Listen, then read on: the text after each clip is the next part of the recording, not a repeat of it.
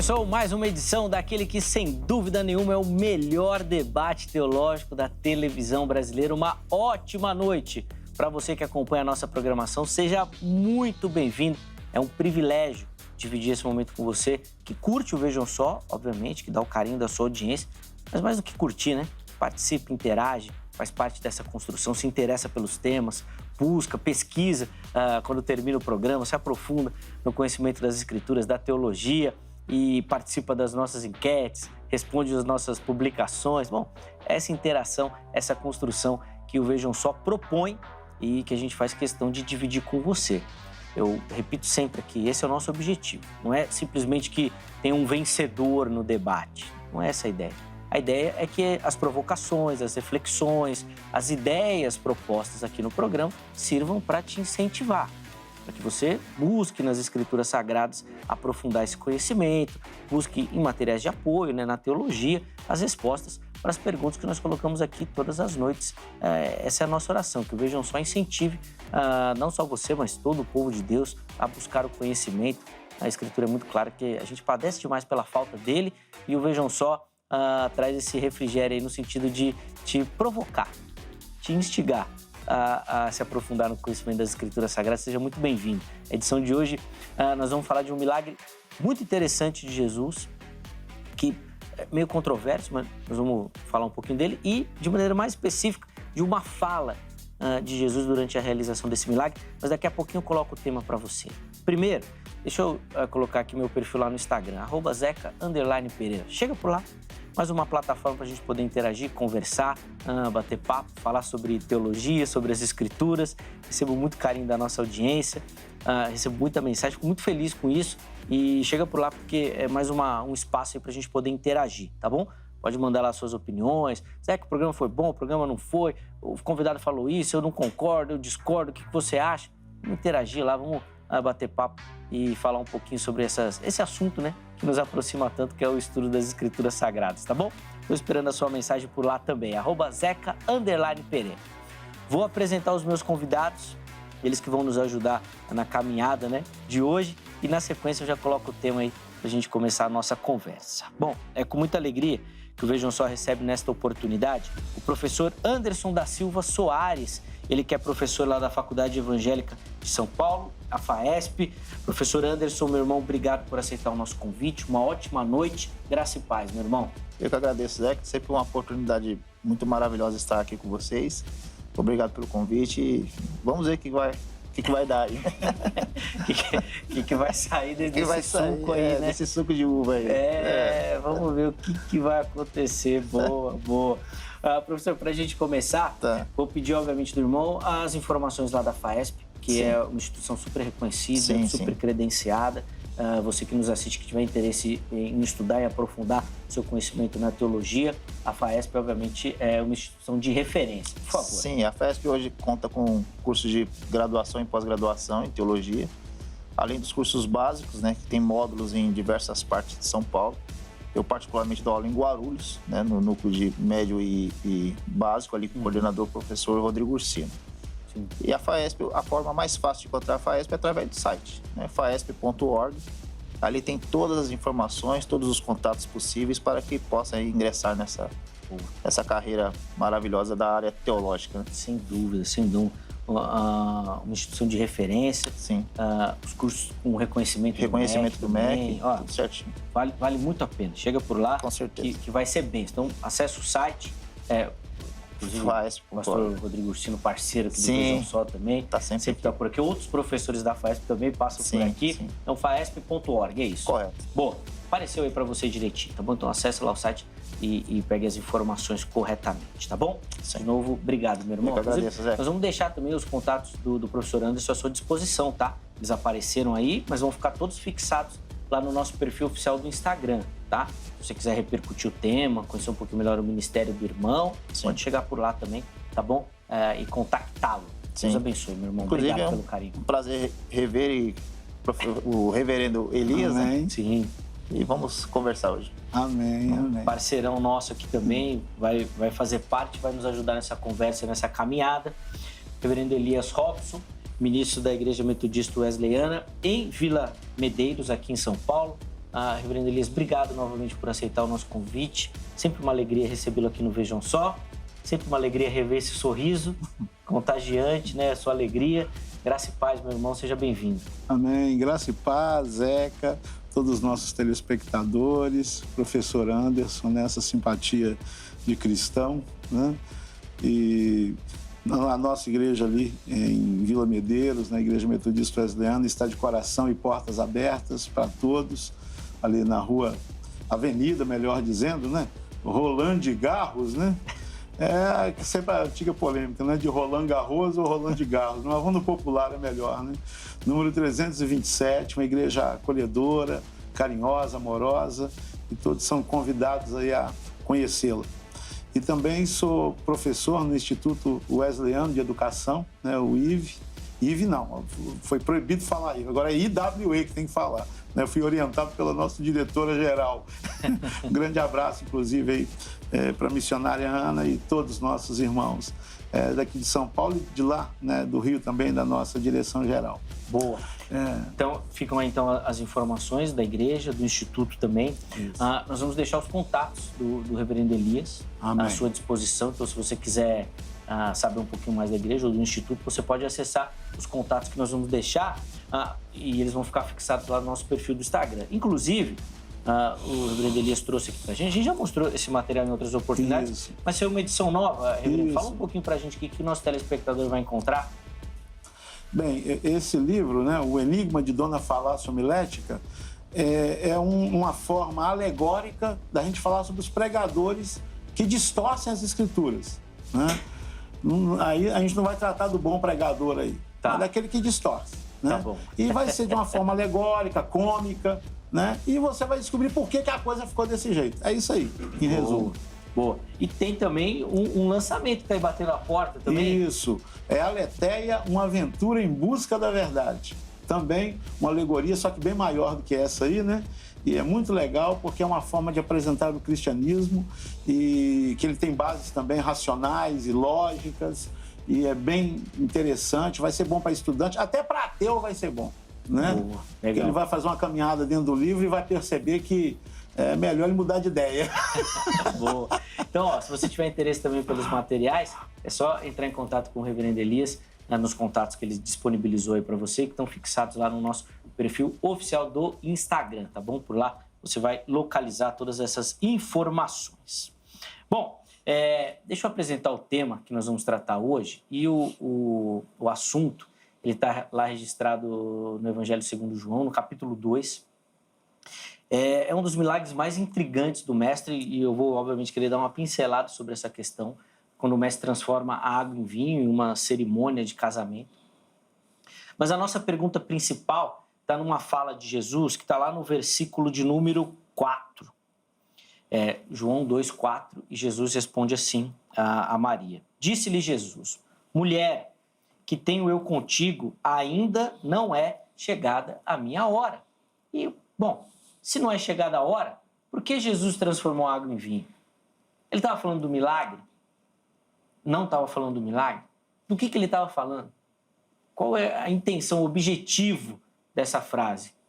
Qual a interpretação teológica para ela? E, óbvio, nós vamos falar um pouquinho do milagre também, que é algo muito intrigante, essa questão. Nós vamos começar da seguinte forma. Meus convidados vão responder a nossa pergunta tema, indicando, obviamente, o caminho que eles querem seguir durante o programa, fazendo ali as considerações iniciais, uma introdução da fala. Na sequência, eu vou abrir a oportunidade para você que nos assiste participar também, tá bom? E aí a gente volta e continua a nossa conversa da noite de hoje. Professor Anderson, o irmão vai ter o privilégio, então, de começar o programa. Ok. Como é que o irmão responde a nossa pergunta? Se Jesus afirma que não era chegada a hora, por que ele transformou a água em vinho? Ou se essa fala dele não tem nada a ver com milagre, ele está falando de outra coisa. O que aconteceu ali? Tá. É interessante a gente notar, eu entendo da seguinte forma. Jesus não estava se referindo ao milagre, à hora de iniciar o milagre, nem à hora de iniciar seu ministério. Ele estava chamando a atenção ali dos seus ouvintes para uma hora posterior, para algo que iria ainda acontecer, né? Chama-se prolepse interna do grego, né? Uhum. Então ele toma aquela palavra, chama a atenção, mas tanto é que ele realiza o milagre, né? Se não fosse a hora de fazer o milagre, ele não teria feito. Então, eu entendo que ele está chamando a atenção dos seus ouvintes, principalmente de sua mãe, para uma hora que ainda haveria de chegar, algo futuro. Algo futuro relacionado exatamente aqui, já que não é um ministério sim. que estava à porta, né, prestes de se iniciar, referência a que futuro ele fazia com relação a essa hora? Eu entendo que é a hora da sua glorificação, né? A hora de se mostrar ao mundo realmente como Messias, a hora da sua morte, o cume do seu ministério. Tá.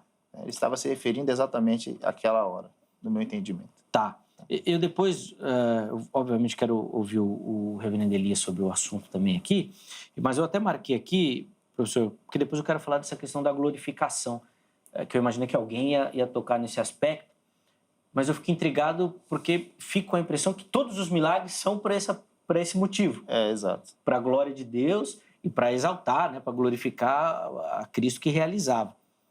E por que então esse milagre não teria esse objetivo? Mas nós vamos falar isso depois. Sim. Depois eu quero saber também. Vamos lá, reverendo Elias, quero ouvir o irmão sobre essa fala do mestre, sobre o milagre. E por que não era a hora, mas o milagre aconteceu? Do que nós estamos falando ali? Sim, essa expressão hora, ela aparece algumas vezes, né, na fala de Jesus, e ela distingue alguns momentos diferentes do ministério. Né? Da forma que ela está no grego, aqui em João 2, é a única vez que ele fala dessa maneira, é aqui. Ele não fala em outro lugar, usando a mesma construção. Então, isso me leva a entender que ele se refere a um evento diferente de outros que ele repetiria. Né? Essa palavra hora se referindo a outros eventos, como o evento morte, como, né, adoração e outras coisas. Então, na minha compreensão, Jesus se refere, sim, quando ele fala que não é chegada a minha hora, e ele usa essa forma de construção só aqui, era a hora dele realmente se mostrar publicamente. Tá. O contexto é qual? Maria vê nessa questão do milagre, veja só, um milagre num casamento cheio de gente. Poxa, tem uma hora melhor para você se lançar? Né? Para você fazer sua avant-première? Para você, né, se apresentar publicamente como Messias? Mas Jesus chega e fala, não é chegada a minha hora. E o milagre acontece porque ele está falando dessa hora, da apresentação pública, que no olhar de Maria, porque ela chega para ele e fala, olha, eles não têm mais vinho. Entende? Olha, poxa, agora é a hora, hein? Né? Uhum. Faz aquele milagrão, né? Essa galera toda aí vai espalhar, tem convidados de todo lado. Então, na visão, eu entendo, né, dessa forma, de Maria, aquela era a hora, né, perfeita para ele se lançar, né? Sim. Publicamente. Mas Jesus disse, não é chegada a minha hora, ele faz o milagre, porque ele não se referia realmente a essa hora do milagre. O milagre ele iria fazer mesmo, tá? Tá. A fala dele não se refere ao evento em si. Isso. Mas a algum momento, na sua visão, da manifestação pública do ministério dele. Inclusive, até diria mais, porque veja só, a essa altura ele só tem 5 discípulos. Ele nem está com todos os discípulos ainda, né? E esse milagre, né, a gente vai perceber que é um cumprimento do que já foi avisado em João capítulo 1. Que diz que com Jesus viria a graça, né? E ele era cheio de graça. E eu defino esse milagre como um milagre da graça. E depois eu explico por quê. Define como um milagre da graça. Tá. Vou até anotar aqui para... Me cobra. Para não esquecer. E o professor também. Vou passar aperto aqui hoje, né? Pra gente voltar. O professor, rapaz, meu senhor. Para a gente voltar aqui nessa questão do milagre da graça. Bom, antes da gente continuar aqui a conversa, porque tem muitos aspectos. Bom, esse milagre é interessante por si só, né? Transformar em vinho já põe uma pulguinha atrás da orelha de todo cristão. Por que Jesus fez isso? Nós vamos pincelar algumas questões também.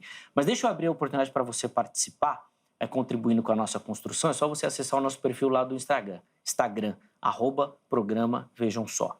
Acesse e lá você vai encontrar as nossas enquetes, tá bom? Aí você responde. Via de regra, a gente deixa lá algumas alternativas, você escolhe uma delas. Na postagem seguinte, tem a caixinha lá aberta para você justificar a sua escolha, tá bom? Vamos colocar na tela, então, a enquete, por favor? E hoje a gente foi bem alegórico, ou pelo menos querendo induzir você a uma alegoria do milagre, porque a gente quer saber de você qual que é o símbolo desse milagre. E depois eu vou, obviamente, perguntar isso aos meus convidados também, se é que existe isso, tá bom? Se eles enxergam algum símbolo espiritual na realização desse milagre, tá?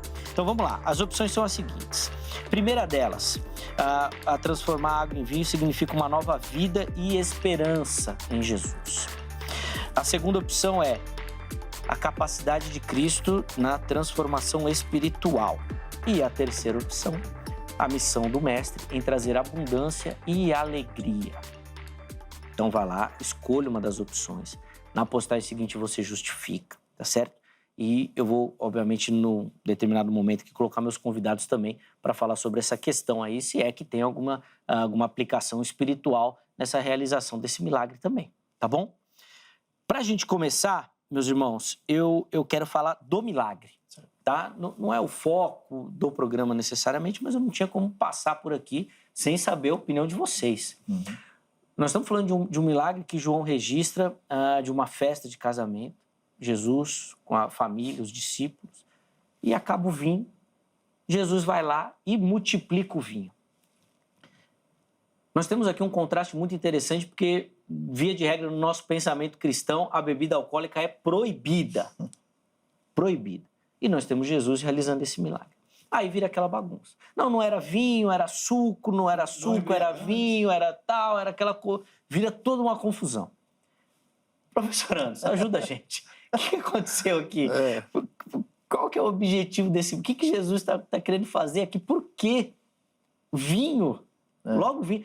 Gente, é para dar um nó na cabeça do estudante. Ajuda a gente a desatar esse nó, professor. Vamos lá. É interessante a gente notar nesse contexto que a palavra grega para vinho é oinos, né? E quando ela é traduzida do hebraico para o grego, ela não define se é com álcool ou sem álcool. Uhum. Então, eu acho temerário afirmar que era um vinho alcoólico, como eu acho temerário também afirmar que era puro suco de uva. A gente não sabe ao certo se tinha ou não álcool naquele vinho, né? Mas algumas coisas são interessantes. Por exemplo, Jesus não multiplica o vinho, né? Ele transforma a água em vinho. Então já é de uma natureza diferente, né? Aquele vinho era um vinho novo. Ele não passou pelo tempo de fermentação, não teve tempo para fermentar. Então, eu acredito ser um vinho não alcoólico, né? É certo que a gente sabe que era costume eles tomar vinho naturalmente, isso é comum, isso é normal. A gente vê isso em várias passagens do Novo Testamento, do Antigo Testamento. Era a cultura deles tomar vinho. Porém, eu acredito que naquele momento, naquela festa, Jesus não transforma mais ou menos 380 litros a 500 litros de vinho embriagante para quem já estava alegre, né? Já tinha passado um tempo da festa ali, para que as pessoas pudessem se embriagar. Eu acho isso uma falta de consenso, né? Ele passa o Antigo Testamento todo combatendo embriaguez. E, de repente, faz tanto vinho para o pessoal se embriagar. Eu não vejo uma lógica muito grande nisso, né? Mas é minha opinião, tá? Então, Jesus transforma a água em vinho. Esse vinho não teve tempo de ser processado, fermentação. Logo é servido. E quando o mestre Sala experimenta, ele vê que é um vinho bom, melhor do que o antigo. Eu andei pesquisando um pouquinho, que eu já sabia que ia entrar mais ou menos nisso. Existem alguns estudiosos que afirmam que o vinho novo, o do suco, ele tinha várias formas de não ser fermentado. Tinha vários processos de manter a pureza do suco, da uva, né? E que ele era melhor do que o vinho alcoólico. Outros dizem que o judeu ele não tomava vinho 100% com álcool. Ele sempre misturava com água. Era costume se misturar com água. Aquele judeu que tomava um vinho 100% alcoólico, bem fermentado, ele não era bem visto na sociedade, né? Você pode achar isso com Flávio José em Antiguidades ou outros estudiosos. Então, eu acredito que, naquela ocasião, aquele vinho não tinha um teor alcoólico para deixar ninguém embriagado. Tá. Porque entra uma outra questão, professor, nesse aspecto da glória de Deus. Porque todo milagre tem esse objetivo. Sim. Existiria algum contrassenso nessa questão de transformar em uma bebida, por exemplo? Da parte de Jesus, eu acho difícil ter acontecido, né? Porque questão moral, ética, ele ser o Filho de Deus, por algumas vezes, simplesmente por ele estar na casa de alguém, de um publicano ou de outra pessoa, ele foi acusado de ser comelão e beberrão, né? Mas não que ele se embriagava. Eu acho que Jesus cumpriu toda a lei.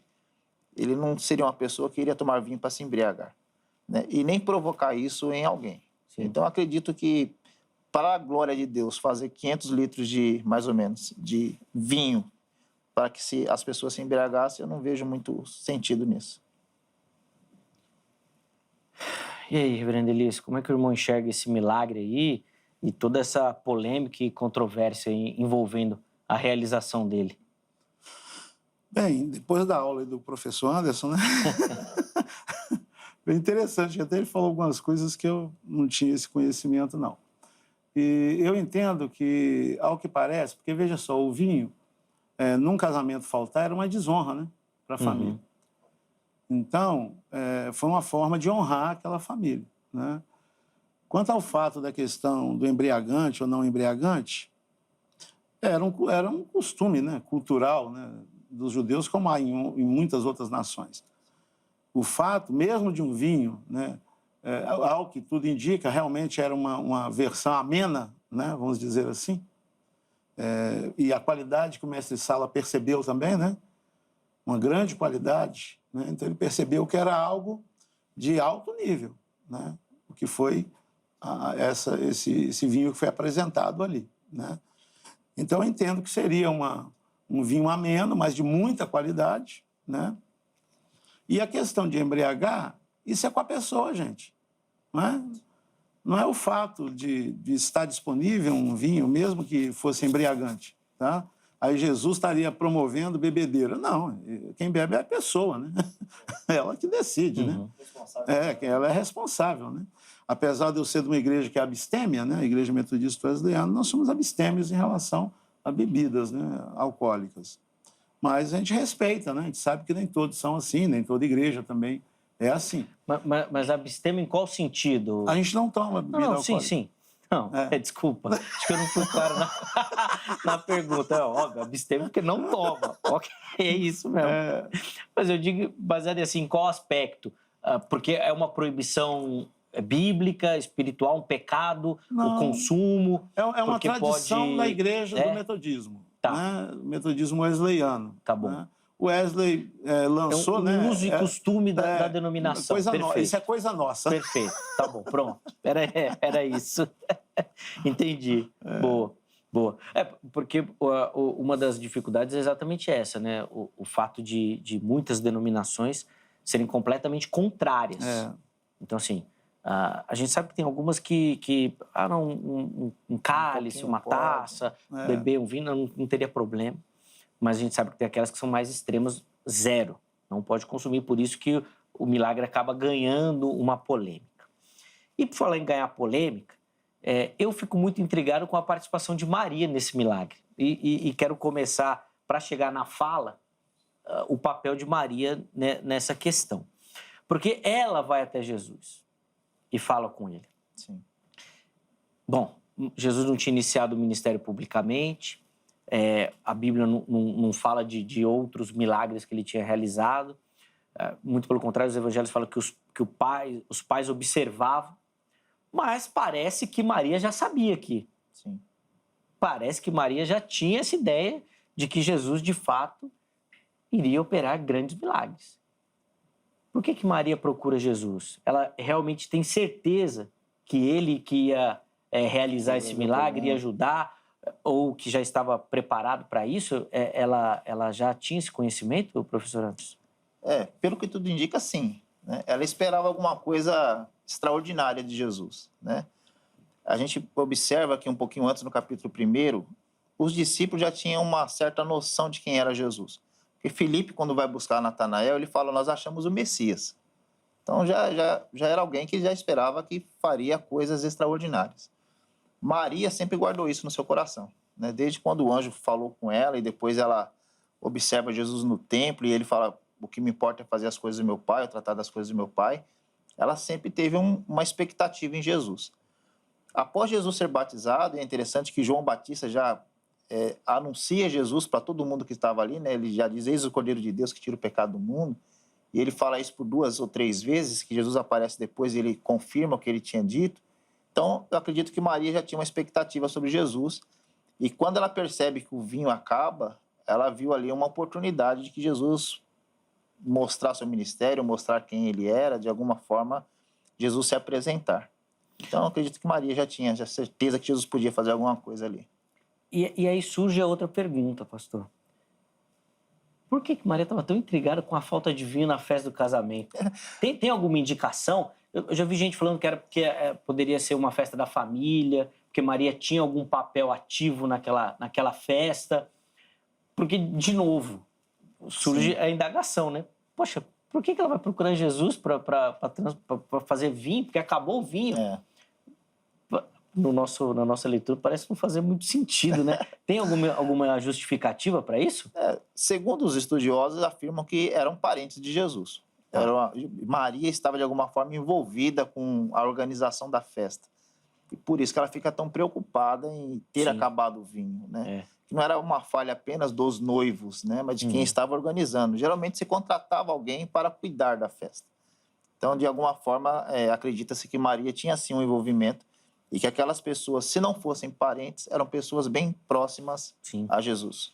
Os estudiosos falam que o judeu tinha essa questão cultural muito forte, assim, de fartura, de não faltar nada. Não faltar. E eram 7 dias de festa, né? Era muito... que a falta indicava desrespeito com os convidados, né, e tudo mais. Bom, por que Maria foi procurar Jesus, reverendo? Maria já tinha ciência daquilo, já sabia... E depois quero uma observação exatamente por quê da festa, do vinho. Quando Jesus fala que não havia chegado a hora, sempre a minha impressão era que Jesus falava para ela, pô, Maria, transformar água, você quer que eu faça vinho aqui? Não, né? Tanta coisa para a gente resolver, você quer logo isso? Eu ficava sempre com essa impressão no começo. Por favor, reverendo. Tudo indica que ela tinha realmente essa participação ativa de alguma maneira, né? Ou por parentesco, ou por convite, até porque o texto mostra que a ordem de primazia do convite foi primeiro a ela, né? A Bíblia diz que estavam ali, né? Foram convidados Maria, primeiramente, e também Jesus e seus discípulos, né? Então, a gente percebe que ela tinha uma proeminência nesse caso em relação à presença ali. E agora, nada me tira da cabeça que ela falou, não, agora é a nossa hora, não era nem a dele, era a nossa. Porque ela está ali participando ativamente. Tanto que ela chega para Jesus e fala assim, não tem vinho. Ela sabe que Jesus, pela sua natureza amorosa, graciosa, vai fazer alguma coisa. O que ele ia fazer, ela não sabia, mas ele ia fazer alguma coisa. Só que ela linkou com essa necessidade dele começar a se mostrar publicamente. Então, a coisa ficou assim, foi o cenário perfeito para ela. Né? Ela falou, não tem vinho. Então, ela já pensava, alguma coisa vai acontecer e essa galera toda vai conhecer ele. Agora, vamos ver quem é meu filhão, né? O Messias e tal. Só que não era, né? Só que não. Exatamente. Realmente, ele fez o milagre, demonstrou esse carinho, essa atenção, esse amor, né? Para honrar aquela família ali que ficou em apuros, mas não era aquela hora dele se mostrar realmente, publicamente. Né? Sim, de que ele se manifestasse. Ainda que, na sequência do texto, fala que os discípulos creram por causa disso. Isso, mas aí entra a questão que eu vou falar, que eu quero discutir. Então antes de eu ouvir o professor Nando, já pode falar então, reverendo Elias. A grande verdade é que fica bem claro, no final do milagre, que a intenção de Jesus era manifestar a sua glória aos seus discípulos. Não era para a festa inteira, para todos os convidados, ainda não era hora do mundo saber quem ele era. Mas ele tinha os seus primeiros discípulos, né? Ele estava ali com Pedro, com André, né? Com Filipe, Natanael, né? Sim. E Pedro, né? Então, eram os 5 que estavam com ele. E esses 5 viram ele realizar o milagre, né? Viram a água ser transformada em vinho, né? Então, na verdade, a intenção dele era só essa. Era que firmar a fé desses discípulos, que eles conhecessem, né? A glória do Messias, o seu poder, e realmente ficou assim mesmo. Nem depois que eles souberam, houve qualquer tipo de divulgação ali, nós queremos dizer que quem fez aqui foi nosso mestre. Não, Entende? A intenção era essa, era firmar a fé dos seus discípulos. Tá? Demonstrar, né? E foi por isso, professor Anderson, que eu até reforcei e marquei aqui a questão da glorificação. Óbvio que o irmão, quando fala glorificação, faz referência à crucificação, né? À ressurreição, à manifestação plena ali, vamos dizer assim, né? Da vinda, né? E o objetivo da vinda de Cristo. Mas o texto fala exatamente sobre isso. Manifestou a sua glória e seus discípulos creram nele. Isso. Então, acho que fica evidente que o milagre foi para a glória, para que Jesus se mostrasse dominador. É igual quando ele faz com a natureza, né? Que os discípulos também olham e falam... Que homem é esse? Ele controla até os ventos, né? E eu imagino que eles devem ter pensado... O texto não diz, agora eu estou só imaginando. Sim. Eles devem ter pensado a mesma coisa. Gente, esse homem controla a química. Porque ele transformou um elemento químico, H2O, eu não sei a composição do vinho, mas ele mudou a química do produto ali e realizou esse milagre. E os discípulos viram isso e falaram, gente, é diferente. Sim. Então, eu acredito que, ainda que controvérsia, para a glória de Deus. Não, para a glória de Deus foi, né? Eu concordo com o que o reverendo Elias disse, mas depois a gente vai ver várias passagens em que fala assim, Jesus fez tal coisa e os discípulos creram nele. Até no final, quando Jesus ressuscita, depois que se apresenta, ele vai falar para os seus discípulos, agora creram nele, né? Então a gente vê que vai ter outras oportunidades que Jesus manifesta a sua glória e depois os discípulos creem nele, né? Eu falei sobre a glória no final porque João 17:1, você me permite ler aqui? Claro, por favor. João 17:1 diz o seguinte, tendo Jesus falado dessas coisas, né, estava conversando com os discípulos sobre a sua morte, levantou os olhos ao céu e disse, Pai, é chegada a hora, glorifica a teu filho, para que o teu filho glorifique a ti. Então você vê que Jesus sempre ele vai relacionar a sua glorificação ao ato de ser morto e ressuscitado.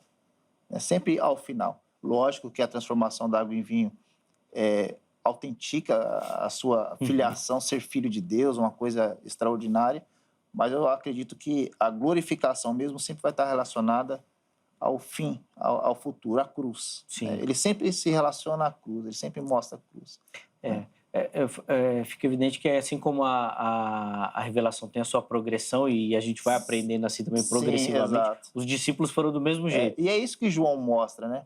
João mostra que Jesus não veio de uma forma aleatória. Chegou aqui, agora o que eu faço?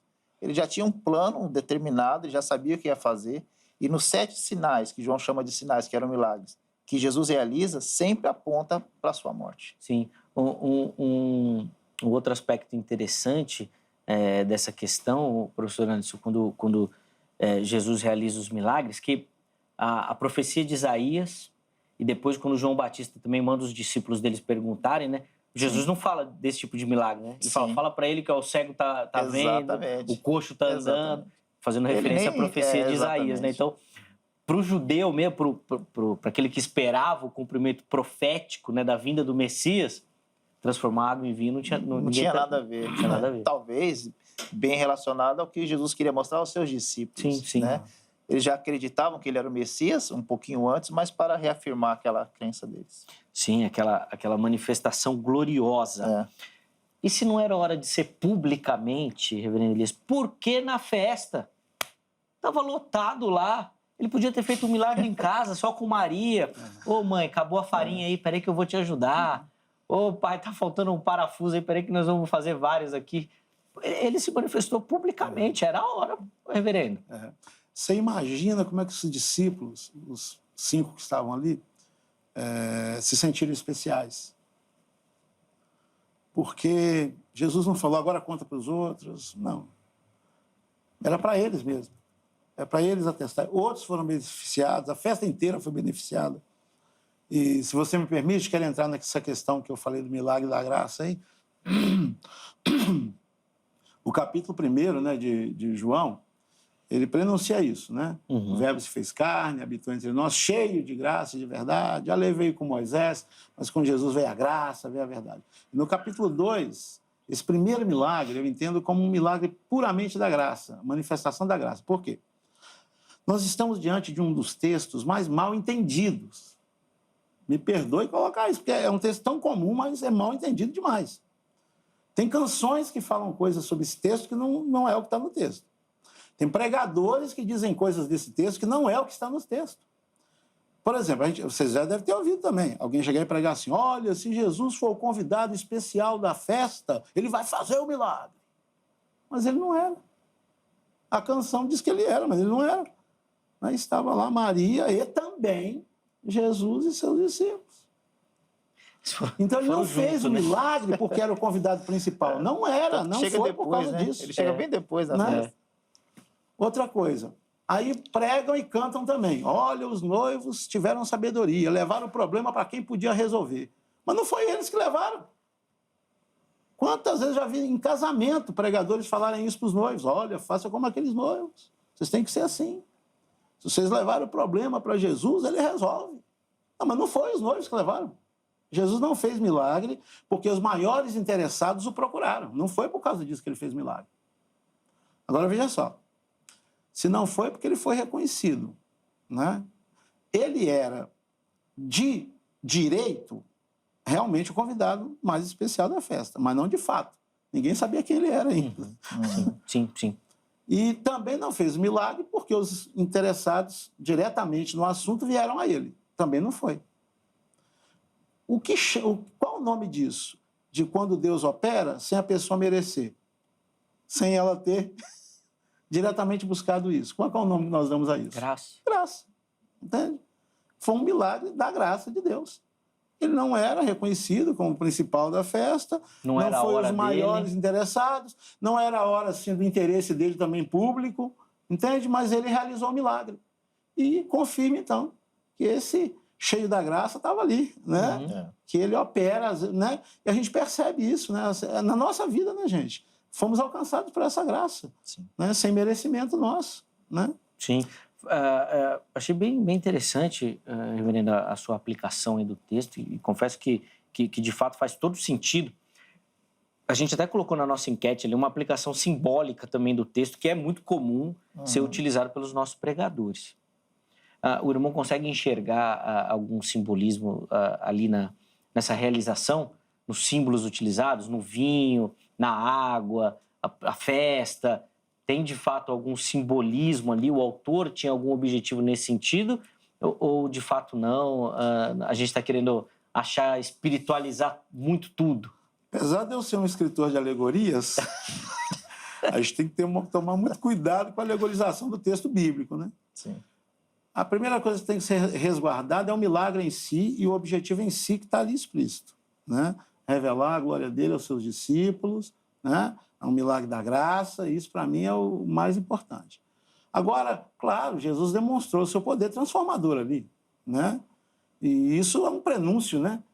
De que ele também transformaria vidas, transformaria, né, corações. Então, eu não vejo necessariamente nenhum problema nisso. O problema é quando pregam isso nesse sentido e não explicam o sentido correto do texto. Só alegorizam, né? Então, aí vem de tudo, né? Eu já vi pregações assim sobre esse texto, criando simbolismos de todo tipo que você imaginar, né? E falando, né, que a água é uma coisa sem sabor, é uma vida sem sabor. Não, mas a água é um símbolo do Espírito Santo também na Bíblia. Então, não é isso que está ali, né, em questão, né? Porque se transformar uma coisa que não é boa e dizer que a água não é boa, é o líquido da vida. Então tem que tomar muito cuidado com a alegorização e essas aplicações. Mas a gente percebe que realmente está ali envolvida essa questão do poder transformador de Jesus, o amor pela família, né, pastor? Que a gente vê ali, que realmente o primeiro milagre dele acontece num contexto familiar. Então tudo isso eu acho justo ser colocado, mas com as devidas salvaguardas, né? Deixa eu falar com o pregador pentecostal bom aqui. Porque você viu? Esse cara tá por fora. Eu sou pentecostal, não, que isso? Só que o pentecostal, pezinho no chão, só isso. Lá, tá vendo? Não, tá errado isso daí. Professora, eu quero também... Deixa eu falar com o pentecostal de verdade. Tá bem mais ou Canela menos, de fogo, né? Tá bem mais ou menos, né? Você viu? Não botou, não alegorizou nada. Não, tá errado. Esse cara não tá certo, não. Professor, eu quero ouvir do irmão também. Óbvio que é uma brincadeira. Mas a gente tem, de fato, essas ocorrências mais assim no meio pentecostal, uma utilização da alegorização muito mais presente e marcante. Sim. Quero ouvir do irmão, professor, tudo, como é que entra essa temática nesse texto e que possíveis ou não alegorias a gente pode aplicar nele, por favor. Tá. O texto em si não dá muito espaço para alegorizar, né? Concordo plenamente com o reverendo Elias. O texto é óbvio, né? Mas a gente já viu bastante aplicação disso. Por exemplo, o vinho é símbolo de alegria. Verdade. E por ser alegria não poderia faltar. Uhum. Jesus transforma e dá alegria em abundância para quem estava ali. Isso, a gente pode aplicar isso, né? O símbolo do vinho como alegria. No contexto do casamento também, Jesus ali outorgando, né? Autorizando, validando a questão do casamento, dando a sua bênção no casamento. Então, são alegorias que podem ser aplicadas ao texto ali, né, naquele sentido, né? Jesus nunca acaba com a festa, né? Jesus, ele participa da festa e ele traz alegria à festa. Então, são temas que a gente pode alegorizar. No meio pentecostal, na minha igreja, já vi bastante gente pregar sobre isso e aplicam, sim, a questão do vinho como alegria, a questão do casamento, a questão de não faltar nada, né? Jesus é aquele que traz abundância, mas sempre com muito cuidado, né? Sim. Dizer que os noivos trouxeram Jesus para a festa ou foram pedir para Jesus fazer alguma coisa está completamente fora do contexto, né? Então, eu não vejo problema em trazer a alegoria ou trazer uma aplicação espiritual ao texto, mas com muito cuidado, sempre também refletindo sobre o que o texto realmente quer dizer. Sim, até porque o texto deixa muito claro que quem buscou Jesus era quem o conhecia. Foi Maria, a mãe. Né? Foi a mãe dele. A mãe. Os noivos, o pessoal da cozinha, nada. Muito pelo contrário. Quando ela leva Jesus, ela fala, você faz o que ele mandar. Ninguém conhecia Jesus, ninguém sabia que era Jesus. Ele estava lá, se ela não apresenta, ele ia ficar lá parado. E os caras iam falar, dá licença que você está atrapalhando aqui. Eles não iam fazer. Uma outra alegoria interessante que eu já ouvi é sempre levar Jesus o que você está precisando. Maria levou, eu preciso de vinho.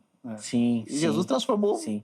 Pedido específico, né? Eu também Seja específico no que você quer pedir. Já ouvi, né? E depois a Bíblia vai falar, né, que a gente não recebe porque não sabe pedir. Sabe pedir. E muitas vezes, às vezes, tem coisa que a gente não quer pedir para Deus, né? Acho que fica meio... Ô, pai, o senhor conhece. Fica rodeando, né? O senhor sabe do coração. É interessante a forma como Maria aborda direta. Direto. A gente está caminhando para o final do bloco, mas eu queria abordar um outro aspecto também, porque o Evangelho segundo João, ele tem uma característica muito específica, distinta dos demais evangelhos. Primeiro, João é muito direto. Você lê o Evangelho de João, Jesus parece que não dormiu um segundo na vida dele. Acontece um atrás do outro, as histórias vão ali se atropelando. E João tinha um objetivo muito claro de demonstrar a divindade. Correto. De Jesus. E aí eu remeto de novo a essa pergunta, professor. Se não era hora, publicamente, da glorificação, se ninguém sabia, ninguém conhecia, se ele ainda estava em oculto, por que registrar esse milagre? O que teve de tão especial ali que fez João registrar e que colabora para essa identificação de Jesus como Deus? Eu acredito por ser o primeiro, né? João deixa claro que é o primeiro milagre, que ele não havia feito nada antes de miraculoso. Então, ele registra ali o primeiro milagre e já deixa para que o leitor continue lendo, porque vem mais milagre, vem mais coisa, né? Não acabou ali. Então, eu acredito que João relata esse milagre logo no início do seu evangelho por ser realmente o primeiro, mostrando que vai vir mais milagres e que Jesus tinha uma intenção em dizer que não era chegada a sua hora, que levando o leitor a entender o final, né? João escreve para os gregos, né? E no grego tem filosofia, tem tudo, e ele começa dizendo no princípio era o verbo estava com Deus. Ele começa de uma forma completamente diferente dos sinóticos, né? Mateus, Marcos e Lucas, levando realmente a curiosidade do leitor para o que vai acontecer no fim. Sim, ele já começa explorando essa questão de algo divino, algo diferente. De Jesus, ele nem se preocupa com a história do nascimento, como é que isso foi, a concepção, que obviamente também é divina, mas não é a preocupação de João. Inclusive, ele faz uma análise interessante, o irmão falou do primeiro capítulo, né? Que ele reproduz o mesmo termo grego da Septuaginta de Gênesis 1:1, né? Correto, que é o princípio. Eimi, né? Se eu não estou enganado. Exato. Que é no princípio. Exato. a mesma, né? Então o leitor pega aquilo lá, ele lê, mas isso está lá também. Isso. E no português tem a mesma utilização, mas a gente dá pouca ênfase a isso, né? E ele No já, princípio, ele no já põe princípio. Jesus em pé de igualdade com o Pai. Exatamente. Jesus é Deus. É Deus, é. É Deus. Ele faz uma aplicação interessantíssima nesse aspecto da divindade. Vamos lá, reverendo Elias, quero ouvir o irmão também sobre a inclusão desse milagre aí, num evangelho que propõe a demonstrar, né, a divindade de Cristo. Por que esse milagre foi narrado aí? O texto próprio diz, né, no versículo 11, Jesus principiou assim os seus sinais em Caná da Galileia. Né? Então ali foi o início, foi o start, né? Foi a largada. Né? E muito legal esse contexto, né, de família, esse contexto em que ele fortalece a fé dos seus discípulos, que agora começa a caminhada, né? Sim. Agora ele começa a caminhada.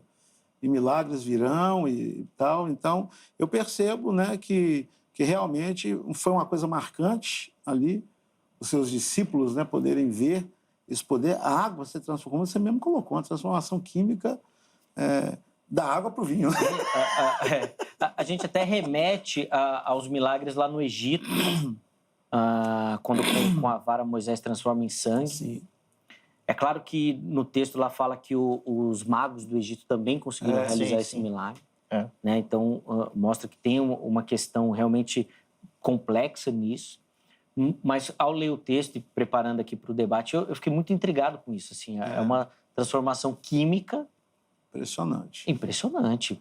Tanto que se fosse algo fácil, hoje a gente faria isso. A ciência não faz isso hoje. Ué, para que você vai gastar dinheiro comprando vinho que é muito mais caro que a água? Vamos comprar um pozinho que vai fazer isso. Posso dar um pitaquinho aqui? Claro, por favor. Tem uma coisa também nesse texto que muita gente fala, né? Que Jesus não chega para lá em Maria, né? Já vi muita gente falar isso, né? Ela chega, mulher, não é chegada a minha hora, como se tivesse dado um chega para lá. Desse uma dura nela, né? Mas é bom também lembrar que esse termo, mulher no grego, não é como a gente lê no português. Ele tem uma ideia de senhora, né? É um tratamento extremamente respeitoso. Porque quando a gente lê no português, dá mesmo essa ideia, né? Mulher, não é chegada a minha hora. Ríspido, né? Sim, né? Mais ríspido. Não é. Mas é como se ele dissesse com todo o respeito, né? Minha senhora, minha querida, né? Então ele não foi ríspido como alguns pensam, que foi, né, até meio agressivo com ela, pode falar assim, né? Ela só chegou para comunicar uma necessidade, ele não, né? Não chega para lá desse, né? Sim, sim. Tá? Então é só para esclarecer também que essa terminologia não é o que muita gente pensa, não. Não faz tanto sentido. Para chamar o intervalo, eu quero também a observação de vocês numa outra curiosidade muito grande desse milagre, que é o fato de Jesus estar numa festa. E hoje, vocês dão risada, né? Vocês gostam, né? Mas hoje tem muita gente que defende a ideia de que o crente não pode fazer nada. Não pode participar, não pode estar junto. Quem não pode... espiritual é antissocial, né? Então, tá aí. Inclusive, às vezes com uma ideia que hoje eu preciso admitir que já diminuiu bastante, mas que já foi muito propagada nos nossos púlpitos e nos nossos ensinos, de que o crente tem uma vida espiritual e uma vida secular. Então, Jesus, nesse caso, estaria secular. / profano, em alguns casos. Comenta pra gente um pouquinho, reverendo Elias, o que o mestre nos ensina com essa participação dele aí, nessa festa?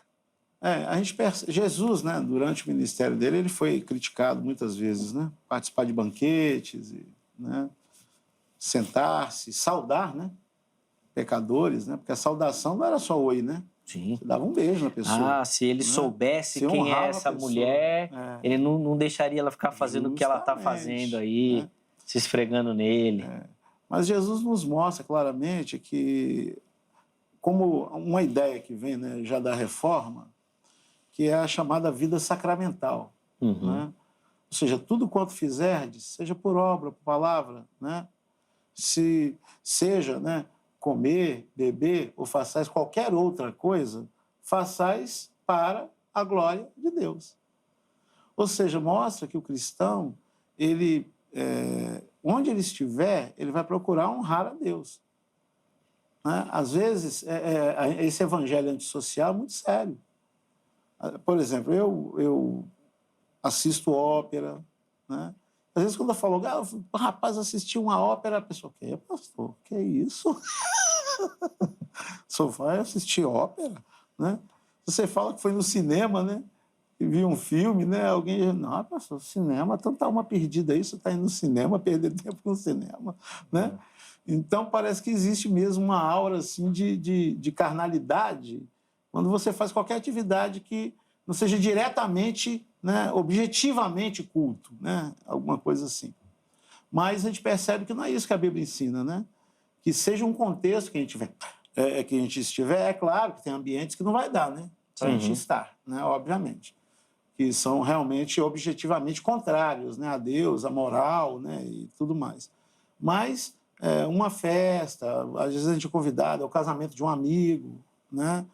A gente deve ir e deve ter uma atitude cristã, né? Não é porque eu estou lá e a maioria das pessoas que estão lá não são cristãs que eu não possa ser, né, um bom cristão ali, né?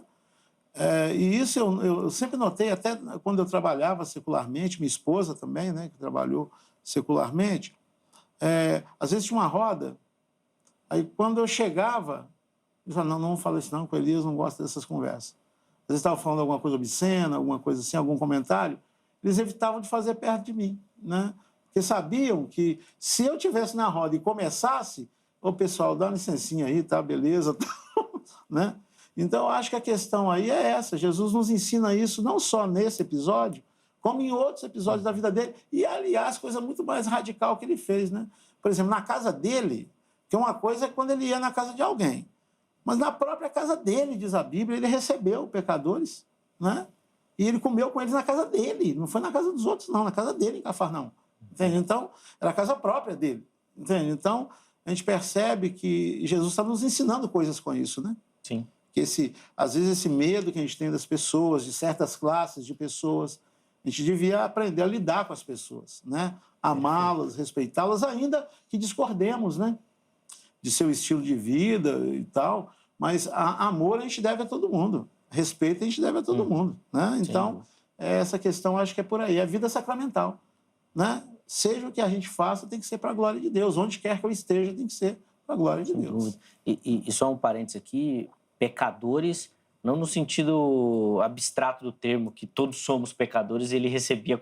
Não, pessoas que eram reconhecidamente pela sociedade pecadoras. Ali, porque o rótulo, o judeu, quando falava que alguém era pecador, estava ligado à questão moral, era uma prostituta, uma adúltera. Perfeitamente. Só falar um detalhe aqui, para não parecer que eu sou libertino, né?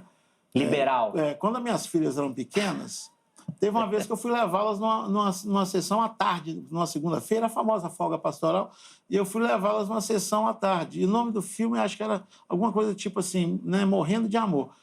Não tinha faixa, nada, né? Então eu fui e levei, né? Na época eu tinha duas, hoje, né, eu tenho 3 filhas, mas tinha 2 filhas, eu as levei comigo. Gente, quando começa o filme, já começa com o cara matando uma noiva e pendurando num gancho de açougue, né? E eu com 2 crianças. Aí eu comecei a tapar o rosto delas, elas tentando ver, né, entre os meus dedos, né? E eu tive que me levantar e me retirar do filme, porque não dava, né? Não dava para a gente, como cristão, ficar vendo aquilo ali, né? E ainda mais com as crianças, né? Então, é claro, a gente entende que pode ir no cinema, pode ir no teatro, mas a gente também tem que conhecer os limites. Sim, né? Não, de fato, com sabedoria, sem dúvida nenhuma. Professor Anderson, quero também as suas observações sobre essa temática aí, para a gente poder chamar o nosso intervalo. Tá. Eu não acredito em 2 vidas, né? Vamos dizer assim. O espiritual e secular. O crente é crente, em qualquer lugar que ele estiver.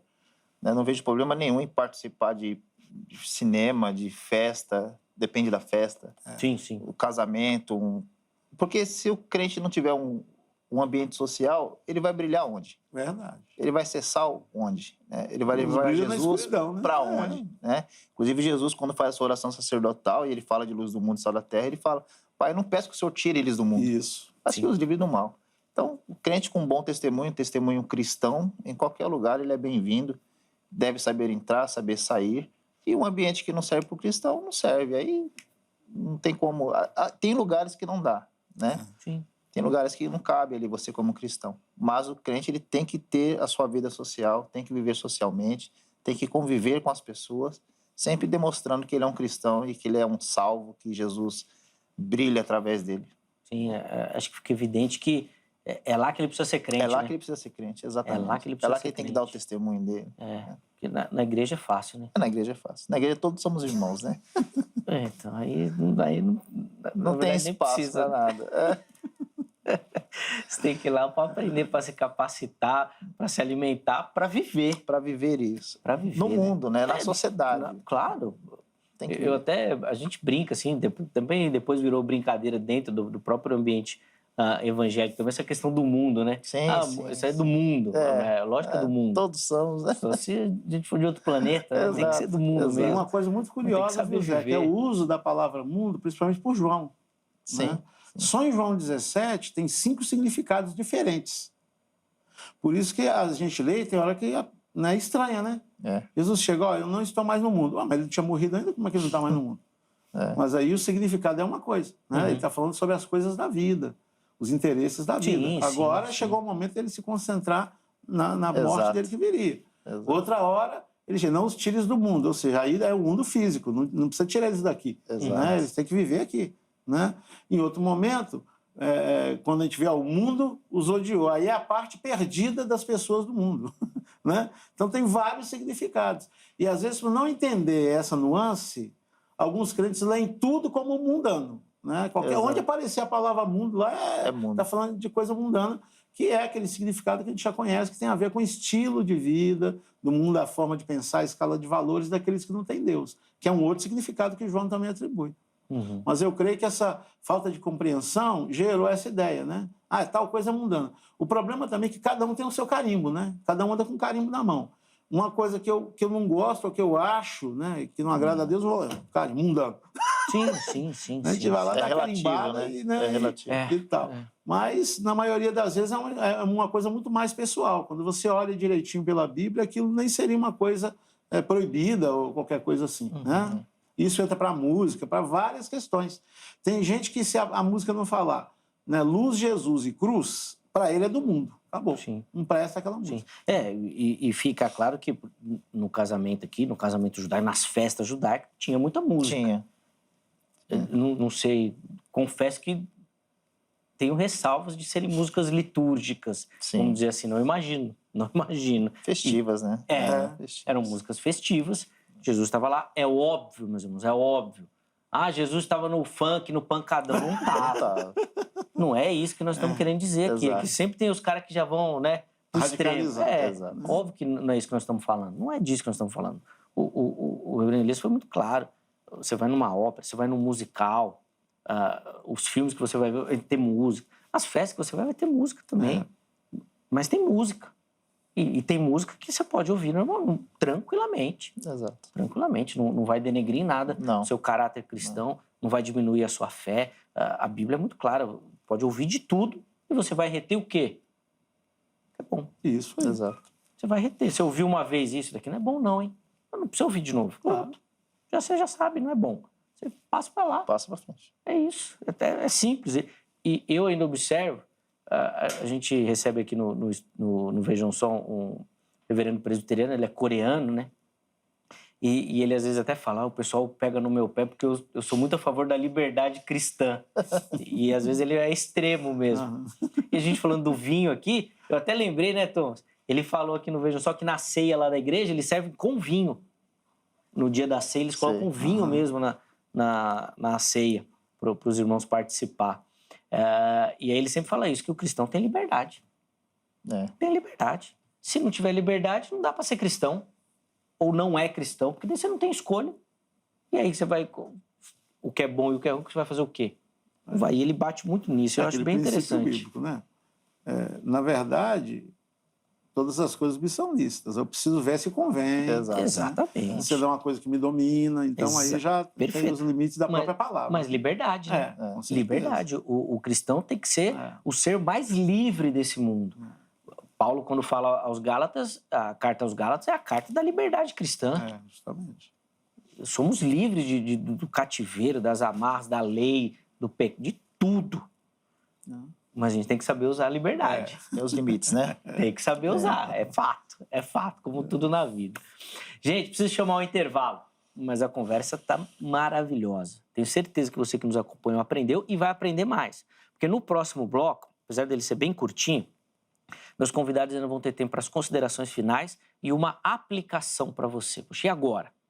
Ouviu tudo isso, refletiu, o que isso precisa transformar a sua vida? Como é que você aplica tudo isso que nós conversamos? Fica ligadinho, nós vamos fazer isso no próximo bloco. Antes do intervalo, vou deixar aqui para você o telefone da Grade, da Academia Teológica da Graça de Deus, parceira do Vejam Só. São mais de 20 anos que essas duas instituições, Vejam Só e a Grade, caminham juntas. Exatamente, e nós aqui indicamos para você que quer estudar teologia, que quer se capacitar, quer lapidar esse dom, esse talento, se preparar, né, para o trabalho do reino, a Grade. Procure pela Grade, eu tenho certeza que você vai se encaixar em algum formato, em algum modelo que a Grade oferece, vai se encaixar na sua rotina e você vai poder estudar as Escrituras e a teologia também. Código 11 3115-0819. 3115-0819 é o telefone da Grade. Anota, não esquece do DDD, porque é aqui de São Paulo. Amanhã, em horário comercial, você liga e fala na secretaria. Se preferir, pode mandar um WhatsApp também, que esse número aqui é o WhatsApp, tá bom? Além disso, quero deixar aqui para você as redes sociais da HIT. Não conhece ainda a nossa programação, não conhece a emissora, o nosso conteúdo? Vem para cá, dá uma chance para a HIT, que eu tenho certeza que você vai curtir e não vai mais largar. São 20 anos, são mais de 20 anos que a HIT ganha o coração do povo brasileiro, levando um conteúdo de qualidade. Tem entretenimento, tem jornalismo, tem debates bíblicos, tem ensino da palavra, tem música. Ih, rapaz, tem muita coisa aqui na HIT. Vem pra cá, eu tenho certeza que vai ser bênção pra você. Intervalo rápido, o Vejam Só vai, mas na sequência nós já estaremos de volta.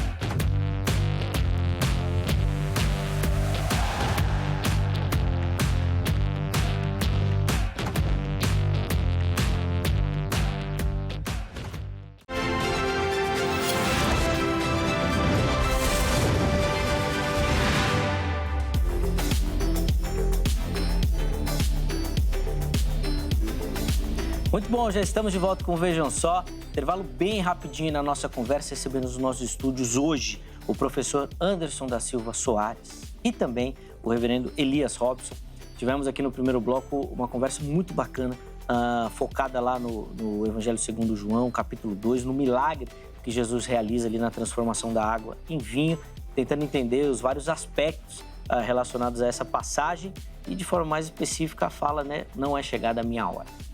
Você que nos acompanhou aí no primeiro bloco, tenho certeza que foi edificado, aprendeu bastante. Neste bloco, eles vão fazer considerações finais e oferecer para você uma aplicação. Então, fica ligadinho que isso é na sequência. Primeiro, eu quero dar aquela moral e fazer aqui uma convocação para você que nos assiste, gosta do Vejam Só e quer participar do programa. Manda a sua foto aqui para gente, assistindo ao Vejam Só, que nós vamos te mostrar aqui no programa. É isso mesmo, uma foto simples, pode ser uma selfie, não precisa de muita produção. Assistindo o Vejam Só, pode ser na vertical, no horizontal, do jeito que você achar mais fácil, faz a selfie e encaminha. Mande pelas nossas redes sociais que já aparecem aqui na tela para você, Facebook ou Instagram. Em ambas as plataformas, você nos encontra por Programa Vejam Só. Pode colocar lá que você vai nos localizar. Aí você vai direto nas mensagens, tá bom? Em qualquer uma aí das redes sociais, vai ter lá um íconezinho escrito assim, ó, mensagem. Você clica, ele já vai te mandar na mensagem. Lá você põe sua foto, nome completo, cidade e estado. Tá? A produção vai receber essa foto, vai colocar aqui no programa e todo mundo que aparecer aqui no Vejam Só até o final do ano, nós vamos mandar aí na sua casa um presentaço que eu vou mostrar aqui na sequência. Primeiro vamos às fotos? Vamos lá? Põe na tela aí, por favor, a nossa primeira foto que vem lá do Espírito Santo, da cidade de Vila Velha. E quem aparece aí é o Edmar Miranda. Opa, o Edmar fez uma montagem ali super bonita, né? Ele em cima, o Vejam Só embaixo, ele acompanhando, ó. Boa! Obrigado, Edmar, meu irmão, e a toda a galera do Espírito Santo que nos acompanha também. Deus abençoe muito sua vida. A próxima foto vem lá do Rio de Janeiro, cidade de Rio das Ostras. O pessoal do Rio de Janeiro também participando bastante aqui do Vejam Só. E quem nos assiste aí é a Cláudia Matheus. Mandou ali a selfie acompanhando o programa também. Obrigado, Cláudia, minha irmã e toda a galera do Rio de Janeiro, que ó, dá bastante audiência pro Vejam Só. Fica aqui a nossa gratidão e carinho, minha irmã. Deus abençoe. Encerramos as fotos de hoje lá no Ceará. Boa, terra maravilhosa. Quem vai aparecer aí também nos acompanhando é a Clênia Santos. Boa, Clênia. Fez ali do jeitinho que eu falei, ó. Fez a selfie e mandou. Obrigado, Clênia, toda a galera do Ceará e de todo o Nordeste, né, que nos acompanha aqui. Temos uma audiência incrível ali na região. Muito obrigado. Ó, esses irmãos que já apareceram hoje, e todos aqueles que vão aparecer aqui até o mês de dezembro, nós vamos escolher, né, 3 para mandar esses belíssimos presentes. É um carinho do Vejam Só para você que nos acompanha. São 3 Bíblias, um oferecimento da Sociedade Bíblica do Brasil, tá? Que nós vamos escolher, então, 3 telespectadores e telespectadoras para receber. Tem aí uma Bíblia do adolescente, uma Bíblia do pregador e a Bíblia da mulher. Ó, bom, o fato de serem da Sociedade Bíblica do Brasil já garante toda a qualidade, tá bom? É um material de fino acabamento editorial. Todos eles têm pesquisa para você, tem comentários que vão te auxiliar durante a leitura bíblica, tá bom? Então, nós vamos escolher telespectadores e mandar aí na sua casa estes presentes, tá bom? Agora, Zeca, eu gostei demais dessa Bíblia, eu quero adquirir esse material, não quero esperar não. Então, vou te ajudar também. Procure pelo Shopping do Povo. É isso mesmo, ó. Já aparece aí para você as imagens. O Shopping do Povo tem a sua unidade física aqui na Avenida São João, 816. Fica em frente à sede estadual da Igreja Internacional da Graça de Deus, aqui no centro de São Paulo. Então, se você aqui é de São Paulo, da região metropolitana, você pode vir até a unidade física. Aparecem as imagens, ó. Tem essas Bíblias que nós mostramos, tem outras Bíblias, tem livros, outros materiais que você encontra ali no Shopping do Povo. É só chegar lá e falar que viu aqui no Vejam Só, que o atendimento vai ser VIP. Mas Zeca, aí fica difícil, eu não sou de São Paulo, então vou te ajudar. Entre no site spovo.com.br e lá você vai conseguir comprar e adquirir todos esses materiais. Se você é mais tecnológico ou prefere o WhatsApp, tem também. Código 11 95854 3232. 95854 3232. Manda uma mensagem, eles vão te mandar ali o catálogo, você vai escolher e vai comprar. Fala que viu aqui no Vejam Só, que o atendimento vai ser super especial. Quero agradecer demais a toda a direção ali do Shopping do Povo por essa parceria aqui com o Vejam Só. Meus irmãos, infelizmente o programa vai se aproximando do fim, mas ainda temos 3 minutos, tá? Então, vou pedir que nesse tempo vocês façam as considerações finais e ofereço então para o nosso telespectador uma aplicação. Reverendo Elias vai começar o bloco, o professor Anderson vai ter o privilégio então de encerrar o programa de hoje. Reverendo Elias, 3 minutos, por favor. Amém. Queridos irmãos, telespectadores, eu queria deixar 3, aplicações aí para a sua vida. A primeira delas, confie na graça de Deus. Nós vimos hoje um milagre da graça, não foi por mérito, não foi pelo esforço humano, mas uma operação da graça de Deus. Então, confie na graça de Deus. Que Deus realizará coisas na sua vida. Não tente se basear no seu mérito próprio, mas confie que a graça trará o favor de Deus em sua vida. Em muitos momentos, isso não tem a ver com o seu merecimento. Segundo lugar, especialmente a salvação, viu, gente? Salvação, exclusivamente mérito da graça de Deus. Segundo lugar, creia em milagres. Está vivendo hoje num mundo atual, onde cada vez mais as questões espirituais são relevadas e o homem só trabalha, quer trabalhar somente com aquilo que é racional, com aquilo que é calculado, mas os milagres é a intervenção de Deus, é coisa sobrenatural, é coisa celestial. Creia em milagres na sua vida. Deus tem grandes coisas para realizar na sua vida. E em terceiro lugar, aquele que é discípulo de Jesus, ele experimenta milagres íntimos, como aconteceu com aqueles 5 discípulos ali. Tudo aquilo aconteceu e só eles, na verdade, foram as testemunhas principais, E o alvo era que eles vissem a glória de Deus e edificassem a sua fé. E muitas vezes a gente se esquece que na nossa intimidade, na nossa busca íntima de Deus, na nossa convivência íntima com Deus, Deus quer fazer coisas, quer mostrar coisas, e vão ser coisas entre nós e Ele, Então, Confie nisso. Você é um discípulo de Jesus? Tem coisa boa aí para você experimentar na sua intimidade com Jesus. Deus abençoe todos. Alegria mais uma vez estar aqui no Vejam Só, viu, Zeca? A alegria é nossa, reverendo. Obrigado pelo carinho, pela atenção com o programa. Falei no começo e repito aqui, é sempre muito bom dividir esse espaço aí com esse sorriso maravilhoso que o irmão traz todas as vezes que está aqui. Muito bacana. Deus continue abençoando a sua vida, o ministério, né? Tanto na igreja quanto na academia também. Amém. Deus continue derramando graça. Os contatos do reverendo Elias estão à sua disposição lá no nosso perfil oficial do Instagram, @programa Vejam Só. Chega por lá que tá tudo direitinho para você. Professor Anderson, 3 minutinhos também por irmão, considerações finais e uma aplicação, por favor. Considerações finais é que eu fico com a hora, né? A hora ali que Jesus se referia, ele estava se referindo a um evento futuro, acredito assim, né? E como aplicação desse texto, eu gostaria de pegar a lição de Maria, né? Algumas situações da nossa vida a gente tem que levar para Jesus. Maria não foi falar com os noivos, não foi falar com os outros organizadores da festa, não fez um escarcéu, não foi comprar vinho. Ela simplesmente foi e falou com Jesus. Então, algumas situações da nossa vida a gente deve falar para quem pode resolver, né? Para Jesus. E seja específico na sua petição. Eu aprendo com Maria que ela foi cirúrgica, né? Eu preciso disso, acabou isso, o que a gente faz? Então, pedir para Jesus, pedir com sabedoria, pedir com graça. E eu tenho certeza que Jesus é aquele que faz os milagres da graça. Eu gostei dessa terminologia, é uma coisa que eu aprendi aqui hoje, né? Sim, o milagre da graça, muito bom. E tudo é graça em nossa vida, né? Tudo é graça, então, pedindo para Jesus, pedindo da forma correta, eu tenho certeza que por sua bondade, por sua misericórdia, Ele irá nos atender, né? Obrigado Amém. Pela oportunidade de estar aqui hoje. Foi um privilégio muito grande estar aqui. A alegria é sempre nossa, meu irmão, em recebê-lo também. Obrigado pelo carinho, atender o nosso convite. Os contatos do professor Anderson também estão à sua disposição lá no nosso perfil do Instagram. É só chegar por lá direitinho, que você consegue acessá-los. Leve o nosso abraço, todo o pessoal da FAESP também, toda a turma, todo o corpo diretivo, os professores, os alunos também. Eu sei que a galera lá curte também muito o Vejam Só. Bom, nós vamos encerrar o programa. Vamos só antes colocar aí na tela o resultado da nossa enquete. E a gente colocou lá perguntando para você que tipo de simbolismo nós poderíamos inferir nesta passagem, neste milagre.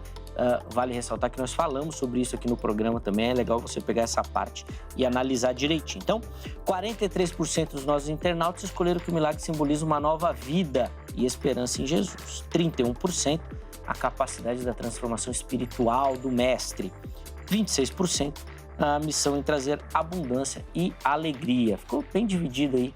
A gente teve uma participação muito interessante dos nossos telespectadores. Óbvio que muitos nos comentários falando, bom, não dá para simbolizar nada, não dá para alegorizar nada, tem que ter cuidado com isso daí. E nós falamos sobre isso aqui, tá bom? Então, vale você voltar um pouquinho aí e meditar sobre essas palavras também, tá certo?